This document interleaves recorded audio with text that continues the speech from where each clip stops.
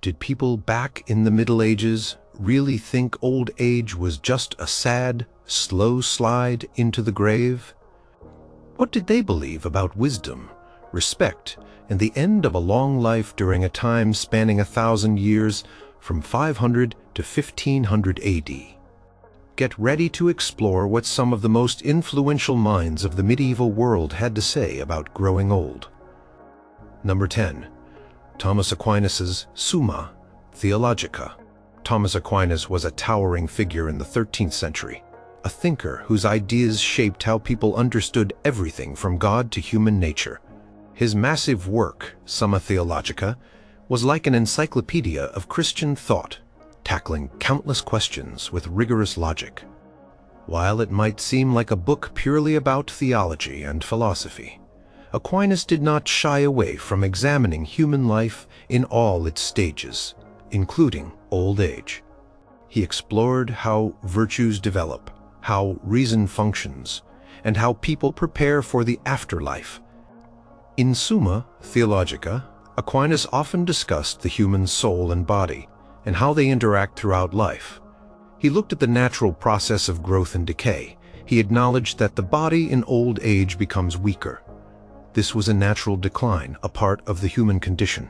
The senses might dull, physical strength might lessen, and the body's ability to perform certain tasks might diminish.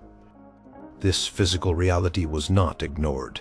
It was understood as a natural progression, a consequence of living within a material world. However, Aquinas placed a very high value on the intellectual and spiritual aspects of human existence. For him, the mind and the soul were distinct from the body, and their capabilities did not necessarily decline with physical aging. In fact, he suggested that with age a person could gain deeper wisdom and prudence. Prudence, for Aquinas, was a key intellectual virtue involving right reason applied to action.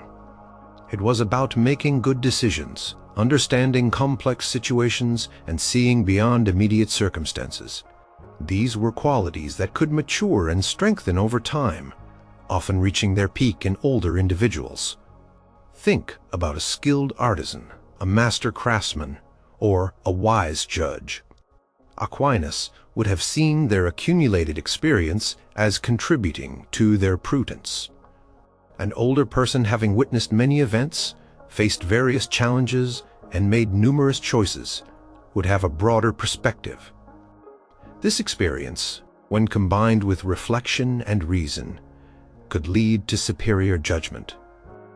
It was not about simply remembering facts, but about understanding the deeper patterns of life and how to navigate them effectively. Aquinas also discussed the virtues that might flourish more profoundly in old age. Temperance, the virtue of moderation, could become more ingrained as youthful passions cooled. Justice, the virtue of giving each person their due, could be exercised with greater impartiality and wisdom. Having seen the long-term consequences of actions, and charity, the highest virtue of love could deepen as an older person's focus shifted more towards spiritual matters and the well-being of others. The Summa Theologica also touched upon the concept of preparing for death. While modern society often avoids discussing death, in the medieval world it was a constant presence and a central part of life's journey. For Aquinas, old age was a natural period for intensified spiritual reflection and preparation. It was a time to put one's earthly affairs in order, to reconcile with God, and to contemplate the eternal. This was not a fearful outlook, but rather a purposeful understanding of life's ultimate destination. So, while the physical realities of aging were acknowledged, Aquinas emphasized that old age offered unique opportunities for intellectual and spiritual growth. It was a time when the soul, freed from some of the distractions and impulses of youth, could achieve a greater understanding of truth and goodness. The declining body was not seen as a complete end to purposeful living, but rather as a stage where the mind and spirit could truly shine, culminating in a lifetime of wisdom and preparation for what lay beyond. His extensive work provides a detailed philosophical and theological framework for understanding old age, not as a period of inevitable decline, but as a potential peak for human virtues and spiritual flourishing. Number 9. John Gower's Confessio Amantis. John Gower was a contemporary of Geoffrey Chaucer, another major English poet from the 14th century. His long poem, Confessio Amantis, which means the lover's confession, might seem like a collection of stories about love and morality. However, it is framed as a confession given by an aging lover named Amens to a priest of Venus named Genius. This framing device immediately introduces the theme of old age, wisdom, and reflection on a life lived. The character of Amens is clearly past his prime. He is an old man, weary and frustrated by his unrequited love, and aware of his physical decline. He describes his hoary head and his age of eld. This personal experience of aging provides the foundation for the entire poem. He is looking back at his life, evaluating his past actions and seeking guidance. This introspective nature of the aged protagonist is a central feature of Gower's work. Genius, the priest, acts as a spiritual and moral guide, dispensing advice and telling numerous tales to illustrate various moral points. The very act of an old man seeking advice from a wise figure about the errors and experiences of his life highlights a key medieval view of old age. It was a time for reflection, for wisdom, and for preparing one's soul. Amens is not just a passive recipient. His questions and confessions drive the narrative, demonstrating an older person's concern for their spiritual state and their desire to learn from their past. One of the significant aspects of Confessio Amantis regarding old age is the idea of experience leading to wisdom. Amens has lived a long life, made mistakes, and observed the world. While he confesses his failings, his very ability to reflect on them and seek rectification comes from his accumulated years. The stories told by Genius are meant to help Amens understand moral principles, but Amens' age allows him to grasp these lessons with a depth that a younger, less experienced person might miss. The poem also touches on the physical aspects of aging. Amens laments his failing physical capabilities and his fading attractiveness. He feels the sting of time's passage on his body. Yet, this physical decline is often contrasted with the potential for spiritual or intellectual growth. His outward appearance may be changing, but his inner self is engaged in a profound process of self-examination and moral instruction. The poem suggests that true worth is not found in youthful beauty or strength, but in the wisdom and virtue developed over a lifetime. Gower, through Amens, explores the idea that love in old age might be different. Amens's love is described as a persistent, almost burdensome passion that is perhaps unsuited to his age. This suggests a common medieval notion that certain passions or pursuits were more appropriate for specific stages of life. However, it also shows an old man still grappling with human desires, making him a complex and relatable character. His journey is one of coming to terms with his age and redirecting his energies. The poem ends with Amens finally receiving absolution and giving up his pursuit of earthly love, instead turning his thoughts towards spiritual matters. He lays down his lover's pen and embraces a more contemplative life. This resolution reinforces the idea that old age was often seen as a period of transition, a time when individuals should shift their focus from worldly concerns to preparing for death and the afterlife. It was a time for piety, for turning inward, and for seeking peace. So, Confessio Amantis offers a rich portrayal of old age through the figure of Amens. It presents aging as a time of reflection, a period where wisdom gained from experience can be applied to moral and spiritual growth. While acknowledging the physical challenges, Gower emphasizes the inner journey of an older person seeking understanding and redemption, illustrating how medieval literature could explore the complexities of a life lived long and the profound changes that come with age. Number 8. Christine de Pizan's The Book of the City of Ladies. Christine de Pizan was a truly unique voice in the late Middle Ages, writing in the early 15th century. She was one of the first professional female writers in Europe, and her work, The Book of the City of Ladies, is a powerful defense of women. In this allegorical work, Christine herself is the narrator, visited by three allegorical ladies, Reason, Rectitude, and Justice, who guide her in building a symbolic city where virtuous women throughout history can reside safely. While the primary focus of the City of Ladies is to champion women's capabilities and virtues, it indirectly touches upon old age, particularly through its discussions of wisdom, experience, and the roles women can play in society. The very premise of the book involves Christine, a mature woman, being guided by personified virtues. These virtues are not depicted as youthful or naive. They embody ancient wisdom and eternal truths. This suggests that the pursuit of knowledge and virtue is a lifelong journey, and that wisdom often comes with experience. The book is filled with examples of women who, through their lives, accumulated great wisdom and performed admirable deeds. Some of these women might have been older, like rulers, scholars, or religious figures whose authority and respect would have grown with their years. The emphasis is on their moral strength, their intellect, and their contributions rather than their physical appearance. This highlights a medieval perspective where merit and wisdom could transcend physical attributes, becoming more prominent with age. One key theme is the idea that women possess inherent qualities that are valuable, and these qualities are often refined and deepened over time.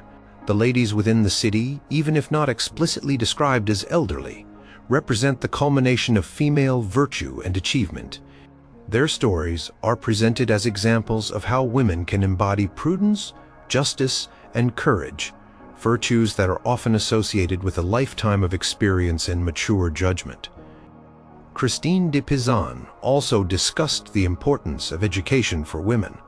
If women were educated, they could contribute significantly to society. For older women, this meant that their knowledge and wisdom, honed through study and life, could be invaluable.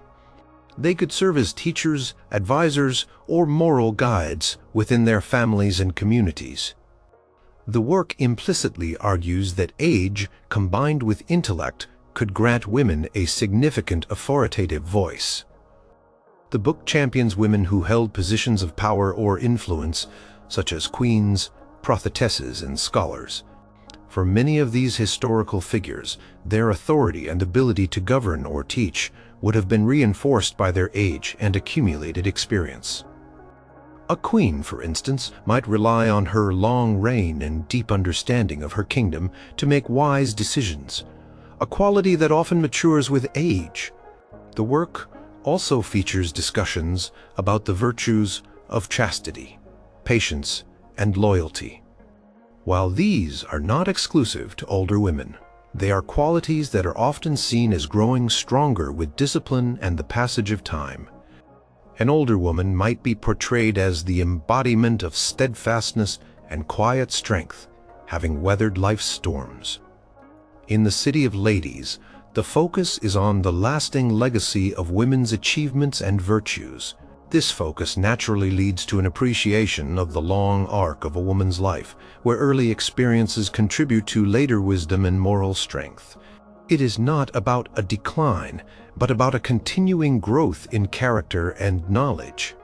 The book does not present old age as a period of infirmity or irrelevance, but rather as a stage where a woman's life experiences can culminate in profound wisdom and exemplary virtue, making her a worthy citizen of the symbolic City of Ladies. Number 7. Geoffrey Chaucer's The Canterbury Tales. Geoffrey Chaucer, writing in the late 14th century, painted a vivid picture of medieval English society in his masterpiece, The Canterbury Tales. This collection of stories, told by a diverse group of pilgrims traveling to Canterbury, features characters from nearly every social class, each with their own unique personality and life experience. Among these characters, old age appears in various forms, from figures of wisdom and respect to those grappling with physical decline or the lessons learned over a long life. One of the most memorable and complex characters is the wife of Bath. She is a woman of significant age, having been married 5 times and lived a long, eventful life. Her prologue, which is longer than her actual tale, is a sprawling autobiography where she freely discusses her experiences with marriage, love, and sexuality, often challenging the traditional views of her time. The wife of Bath embodies an old age that is not quiet or retiring. She is outspoken, confident, and very much in charge of her own narrative. Her wisdom comes from her lived experience, her street smarts, and her practical understanding of human nature, especially regarding relationships. She knows how to manipulate, how to bargain, and how to assert her will. The wife of Bath's age is central to her character. She often refers to her youth and how she has changed, but she does not lament her age as a loss. Instead, she uses her experience as a source of authority. She openly discusses the pleasures and challenges of aging, even acknowledging her physical changes without shame. She represents a medieval perspective where a woman, even an older one, could be vibrant, active, and influential, particularly through her knowledge of the world. Her character suggests that wisdom is not just found in books or holy teachings, but also in the messy, real experiences of a long life. Another intriguing portrayal of old age appears in The Pardoner's Tale. Here, the pilgrims encounter a very old man, often described as hoary and frail, who is walking alone. This old man is burdened by his great age and wishes for death to relieve him of his suffering. He embodies the weariness and physical decrepitude that could accompany extreme old age in a time without modern medicine. He is a figure of profound sorrow and perhaps wisdom, as he speaks of death not as an end, but as a release. The old man in The Pardoner's Tale is not merely a physical presence. He is also a symbolic figure. He directs the young rioters, who are seeking death, to a pile of gold, leading to their demise. In this way, he represents not only the end of life, but also a kind of profound, almost mystical wisdom about mortality and human greed. He has seen enough of life to be weary of it, and his words carry a weight of long experience and a philosophical resignation. He is a stark contrast to the lively wife of Bath, showing the varied faces of old age. Other characters like the Franklin, a prosperous landowner, might also be seen as embodying certain aspects of comfortable, respected old age. The Franklin is known for his hospitality, his generosity, and his gentle nature. While his age is not explicitly a central theme, his position and his lifestyle suggest a person who has achieved a good standing in life, through hard work and good fortune, now enjoying the fruits of his labor in his later years. He represents a kind of mature benevolence. Chaucer's portrayal of old age in the Canterbury Tales is incredibly nuanced. It is not a single unchanging idea. Instead, he shows that old age could be a time of vibrant activity and authority, as seen in The Wife of Bath. It could be a period of weary contemplation and a yearning for release, as seen in The Old Man in The Pardoner's Tale. And it could be a comfortable, respected stage of life, as perhaps seen in The Franklin. Chaucer's work reflects the diverse realities and perceptions of aging in medieval society, presenting a full spectrum of experiences without offering simple conclusions. Number 6. Roger Bacon's Opus Meus. Roger Bacon was a brilliant Franciscan friar and philosopher in 13th century England, often called Dr. Mirabilis for his wide-ranging interests and his emphasis on empirical observation. His monumental work, Opus Maelus, Greater Work, was a persuasive plea to the Pope for reform in education and science. It covered everything from optics and mathematics to philosophy and alchemy. Crucially, Bacon was deeply interested in the human body health and the possibility of prolonging life, making old age a topic he approached with both scientific curiosity and practical advice.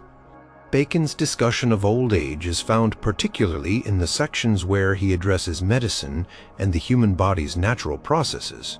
He believed that the human lifespan had significantly shortened since biblical times, and he sought ways to understand why and how this could be counteracted. He was not suggesting an escape from death, but rather an extension of healthy, active life through the application of knowledge. He explored various theories about health and disease, often drawing from ancient Greek and Arabic medical texts, which were highly respected in the medieval period.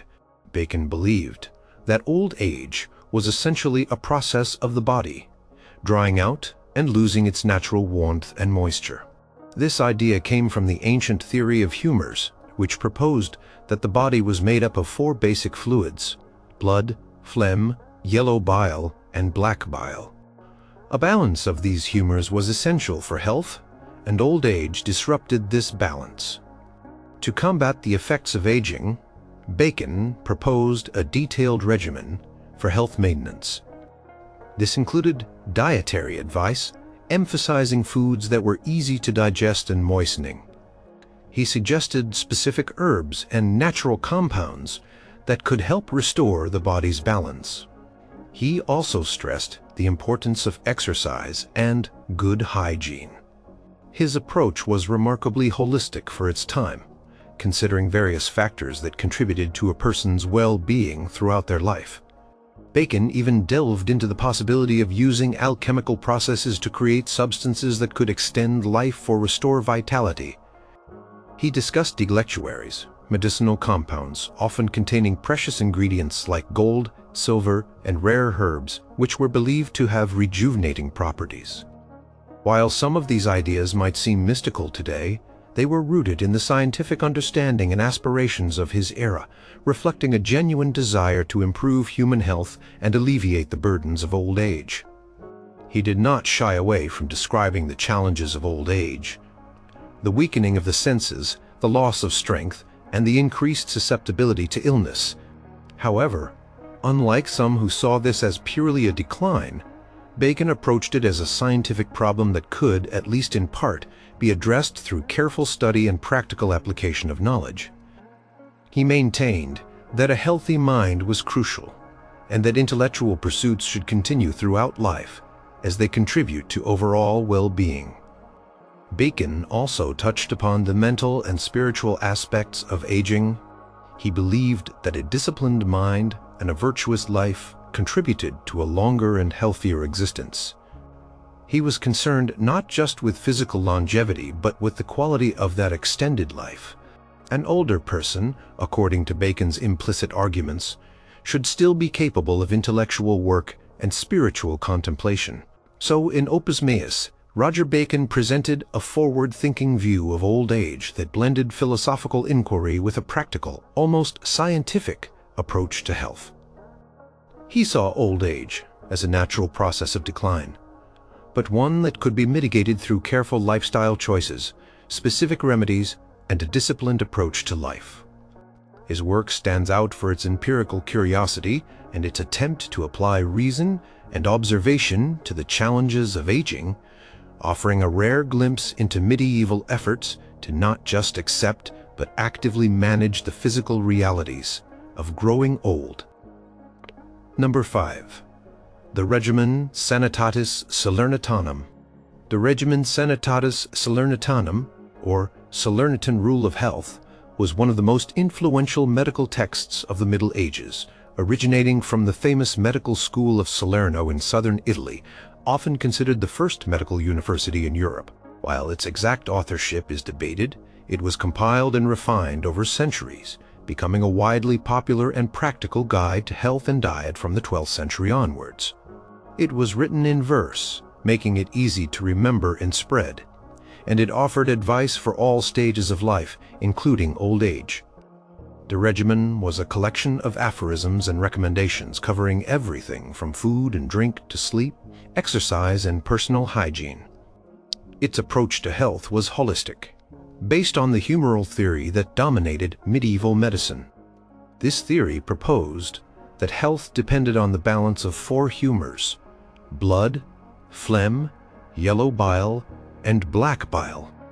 Aging, according to this view, was seen as a natural process of the body becoming colder and drier, leading to an imbalance of these humors. For older people, the regimen provided specific advice tailored to their perceived needs. It recognized that the elderly often had weaker digestion, less natural warmth, and a tendency towards dryness. Therefore, the recommendations focused on keeping the body warm, moist, and well-nourished, but with foods that were gentle on the stomach. For example, the text advised older individuals to eat light, easily digestible foods. Rich, heavy, or cold foods were to be avoided. Soups, broths, and tender meats were often recommended, along with warm, moist fruits. Wine, particularly red wine, was sometimes suggested in moderation, as it was believed to provide warmth and aid digestion, which could be beneficial for the aged. The regimen also stressed the importance of moderate exercise for older people. While vigorous activities were discouraged, gentle movement, such as walking, was seen as crucial to maintain flexibility and promote circulation. It was understood that inactivity could lead to stagnation and further decline. The advice was about maintaining a gentle rhythm of life that supported the body's changing needs. Sleep was another important aspect. The regimen suggested that older people should sleep in warm environments and avoid drafts. Adequate rest was seen as vital for restorative purposes, allowing the body to recover from the day's activities. However, excessive sleep was also cautioned against, as it could lead to sluggishness. Beyond diet and exercise, the regimen also touched upon the importance of a calm and cheerful mind. It was believed that emotional states could significantly impact physical health. For older people, avoiding anger, sadness, and excessive worry was encouraged. A tranquil mind was seen as conducive to a longer, healthier life. This reflected a broader medieval understanding of the interconnectedness of mind and body. The advice was practical and aimed at preventing illness rather than just curing it. It emphasized a proactive approach to health throughout life, with specific modifications for the later years. The regimen Sanitatis Salernitanum did not present old age as an inevitable period of suffering, but rather as a stage that required particular care and attention to maintain well-being. It offered a detailed, if sometimes quaint by modern standards, rating for living as healthily as possible into advanced years, demonstrating a sustained medieval interest in gerontology and preventive medicine. Number 4. Isidore of Seville's Etymologies. Isidore of Seville, a revered scholar and bishop from the 7th century, lived during a time when the Roman Empire had faded and Europe was undergoing profound changes. His monumental work, Etymologies, sometimes called Origines, was an encyclopedic compilation of all knowledge known in his time. It aimed to preserve and organize the vast intellectual heritage of antiquity. While not a specific treatise on old age, this enormous work, covering everything from God to grammar, from animals to architecture, naturally included discussions on the human body, its stages of life, and the characteristics associated with aging. Isidore's method was to explain words and concepts by tracing their origins and meanings. When he discussed the human lifespan, he typically divided it into distinct stages, often drawing upon ancient Greek and Roman classifications. These stages commonly included infancy, childhood, adolescence, youth, adulthood, and finally old age, sometimes further divided into senectus, old age, and decrepitus, extreme old age. For Isidore, old age was understood as a period of decline in physical capabilities. He would describe the body becoming weaker, the senses dulling, and strength diminishing. This was seen as a natural part of the human journey, reflecting the transient nature of earthly existence. He would likely connect these physical changes to the etymology of words related to aging, showing how language itself captured these realities. However, Isidore, like many medieval thinkers, also saw old age as a time when wisdom and experience could flourish. While the body might weaken, the mind could grow in prudence and understanding. Older individuals were often seen as repositories of knowledge, tradition, and moral guidance. Their long lives meant they had witnessed more, learned more, and had a deeper understanding of the world's complexities. This made them valuable members of society, often respected for their counsel. He might explain how the word for old relates to concepts of ancientness or long duration, linking the physical state to the accumulated knowledge and history embedded within a person. The wisdom of elders was not just a pleasant thought. It was a practical necessity in a society that relied on oral tradition and the passed-down experience of generations. Older people would have been the living libraries of their communities, holding the memory of past events, customs, and laws. Isidore's etymologies also touched on aspects of health related to age, often drawing from ancient medical theories. He would describe the typical ailments associated with old age, implicitly suggesting remedies or ways of life that might alleviate discomfort. His approach was descriptive, aiming to catalog knowledge rather than provide specific instructions for prolonging life. The concept of the ages of the world was also common in medieval thought, connecting the stages of human life to the grander scheme of history. Old age could be seen as mirroring the final stage of the world's history before its end. This provided a theological and philosophical context for understanding the passage of time and the culmination of life's journey. Ultimately, Isidore of Seville's etymologies offers a foundational medieval understanding of old age within a comprehensive overview of the world. It frames aging as a natural process of physical decline, but one that is often accompanied by an increase in wisdom, experience, and respect. His work highlights the medieval acceptance of old age as an inevitable part of life, a time for reflection and the culmination of knowledge, fitting within the broader tapestry of human existence and divine order.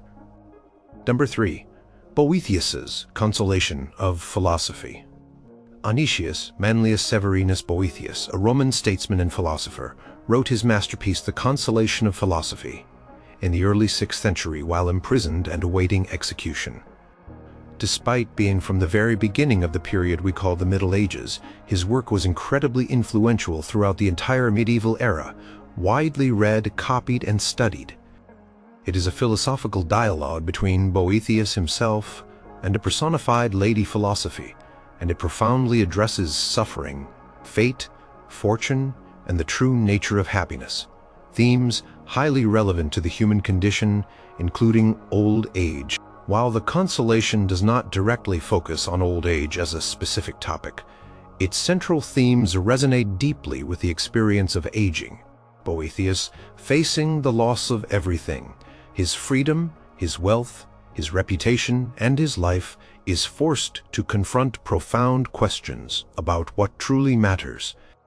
This situation mirrors, in an extreme way, the losses and reflections often associated with growing old. The loss of physical vigor, the death of loved ones, the recognition of life's finite nature. Lady philosophy guides Boethius to understand that true happiness does not lie in external goods like wealth, power, or physical pleasure, which are fleeting and subject to the whims of fortune. These are precisely the things that old age often strips away.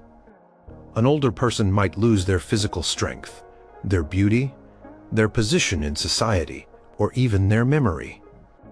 Boethius's argument, through Lady Philosophy, is that these external losses are not the source of genuine sorrow, if one has anchored their happiness in internal virtues and wisdom. Instead, Lady Philosophy emphasizes that real good resides in the mind, in virtue, and in understanding the divine order of the universe. These are intellectual and spiritual qualities that, unlike physical attributes, do not decay with age. In fact, a lifetime of experience and reflection could strengthen these inner resources. An older person, having seen the rise and fall of many fortunes, might be better equipped to understand the impermanence of worldly things and to seek lasting contentment in wisdom and virtue. The book discusses the idea of accepting one's fate and finding peace despite suffering. This message could be particularly comforting to those facing the physical and social challenges of old age. The decline of the body, the diminishing of capabilities, or the loneliness that might accompany the loss of peers were all parts of human experience that Boethius's philosophy encouraged one to face with fortitude and a higher perspective. The consolation offered is that, even as earthly life diminishes, a deeper, more profound reality awaits. Boethius also delves into the nature of divine providence and human free will. Understanding that there is a benevolent order to the universe, even if one cannot fully grasp it, can bring a sense of peace. For an older person reflecting on a life lived, this theological framework could provide comfort and meaning, helping them to see their journey within a larger, purposeful design. The consolation ultimately teaches that true wisdom is about turning inward, about cultivating one's mind and spirit, and about recognizing the eternal over the temporal. These are pursuits that are not only possible in old age, but can flourish more deeply when the distractions of youth and ambition have faded. The book offers a profound message of resilience and finding inner peace, making it a timeless text that, while not explicitly about aging, provides profound philosophical tools for navigating the later stages of life with dignity and meaning. Number 2. Augustine of Hippo's Confessions. Augustine of Hippo, a towering figure in early Christianity, penned his Confessions in the late 4th and early 5th century. This work is a deeply personal and spiritual autobiography, chronicling his journey from a restless youth and intellectual exploration to his conversion to Christianity. While it largely covers his earlier life, Confessions contains profound reflections on time, memory, the nature of human existence, and spiritual development, all of which are highly relevant to understanding medieval perspectives on old age and the culmination of a human life. Augustine's reflections on time itself are a powerful element of Confessions. He explores how humans perceive time, past, present, and future, and how memory allows us to carry our past with us. For an older person, memory becomes a vital link to their lived experience, a repository of lessons learned, joys experienced, and mistakes made. Augustine's introspection about his own past, even as he was writing this in his early 40s, a significant age for the time, paved the way for later medieval thinkers to view old age as a period for profound reflection on one's entire life. He writes about the different stages of human life, from infancy onward. Each stage presents its own challenges and opportunities for growth. While he does not dedicate a specific chapter to old age, his overarching theme is the human journey towards God. This journey is lifelong, and old age represents the final earthly stage of this spiritual quest. For Augustine, true wisdom and peace are found in aligning one's will with God's, a process that can only deepen with years of experience and contemplation. The concept of wisdom for Augustine is not just about accumulating knowledge, but about understanding divine truth and living virtuously. This spiritual wisdom was seen as something that could and should mature with age. An older person, having navigated the temptations and complexities of life, was expected to have gained a deeper understanding of good and evil, and a stronger commitment to righteous living. They were often seen as spiritual guides, having more insight into the human condition and the path to salvation. Augustine's discussions of human weakness and the need for God's grace are also relevant. He admits his own past failings and struggles, emphasizing that salvation is a gift, not something earned by human effort alone. In old age, as physical strength wanes, this reliance on divine grace could become even more pronounced. It was a time to shed earthly attachments and focus on spiritual preparation, understanding that the end of life was drawing near. The profound sense of humility that permeates confessions also offers a powerful model for old age. Augustine, despite his immense intellect, presents himself as a seeker, flawed and dependent on God's mercy. This humility, often cultivated through a lifetime of experience and an understanding of human limitations, was considered a great virtue, especially in later years. It counteracted pride and fostered a spirit of gratitude and acceptance. In essence, Augustine's Confessions laid a crucial foundation for how medieval people understood the spiritual journey of a human life, a journey that culminated in old age. It emphasized that old age was not just a period of physical decline, but a vital time for spiritual maturation, deep reflection on one's life and purpose, and intensified preparation for the afterlife. His work taught that true fulfillment was found not in worldly success, but in wisdom, virtue, and a profound connection with the divine, qualities that could reach their peak in the later stages of human existence. Number 1. Cicero's De Senectute. While Marcus Tullius Cicero lived in ancient Rome, not the Middle Ages, his work, De Senectute, on old age, was perhaps the single most influential text on the subject for medieval thinkers. It was widely read, copied, and studied throughout the entire medieval period, shaping how scholars, philosophers, and even everyday people thought about aging. Written in 44 BC, it presented a surprisingly positive view of old age, which profoundly impacted the often more somber medieval outlook on human mortality. De Senectute is written as a dialogue with the wise Roman statesman, Cato the Elder, as the main speaker, defending old age against its common criticisms. Cicero, through Cato, addresses 4 main complaints, often leveled against old age: that it withdraws a person from active affairs, that it weakens the body, that it deprives one of physical pleasures, and that it brings one closer to death. Cato systematically refutes each of these points. First, regarding withdrawal from active affairs, Cato argues that old age does not remove a person from useful public life. It merely shifts the nature of their contribution.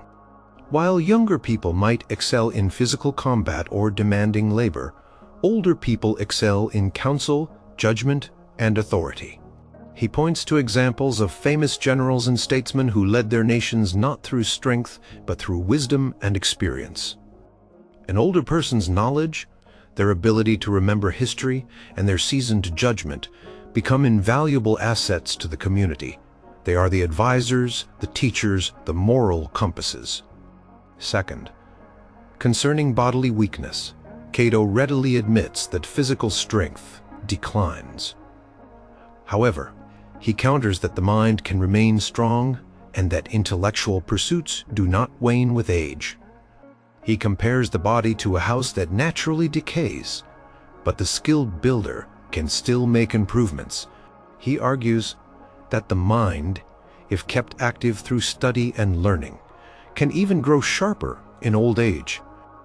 A person's true worth, he suggests, is not in their muscles, but in their intellect and character. He emphasizes moderation in youth to preserve health in old age, but he also highlights that intellectual vigor can compensate for physical decline. Third, the idea that old age deprives one of physical pleasures is also addressed. Cato argues that the loss of intense physical desires, like those associated with youth, is not a deprivation, but a liberation. These passions can be unruly and lead to folly. In old age, one can enjoy a more serene form of happiness, focused on intellectual companionship, conversation, and reflection. He suggests that the pleasures of the mind are far superior and more lasting than those of the body. He even jokes that he doesn't miss banquets or drinking games, preferring quiet, intellectual discussions. Finally, the complaint that old age brings one closer to death is perhaps the most profound. Cato views death not as a terrifying end, but as a natural and even welcome release, akin to the calm after a storm or the closing of a play. He argues that a life well lived prepares one for death, and that fearing death is foolish because it is inevitable for all. He even entertains the possibility of the soul's immortality, suggesting that death might lead to a happier existence. For Cicero, a virtuous life provides the best preparation for a peaceful end. Throughout De Senectute, Cicero presents old age not as a burden, but as a potential peak of human development, a time when wisdom, authority, and inner peace can truly flourish. He encourages active engagement with intellectual life, moderation, and the cultivation of virtue as pathways to a respected and fulfilling old age. His calm, reasoned arguments provided a powerful antidote to the fear of aging, offering a framework for medieval thinkers to contemplate the dignity and purpose of their later years. This Roman text gave the medieval world a remarkably optimistic and nuanced understanding of old age, influencing countless writers and thinkers who followed.